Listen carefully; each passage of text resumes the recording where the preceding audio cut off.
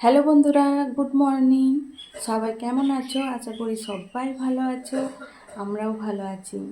আজ সকাল সকাল ভিডিও নিয়ে চলে এসেছি। এখনও বাড়ির কাজ কিছু হয়নি, তো সকাল সকাল কেন ভিডিও করছি চলুন দেখাই। এই দেখো বন্ধুরা, ছেলেও চলে এসেছে দেখার জন্য। তো বলো তো দেখি এগুলো কি? এগুলো হচ্ছে গোগলি। আমরা তো বলি এগুলো গোগলি, তো তোমরা কি বলো অবশ্যই কমেন্টে জানিও।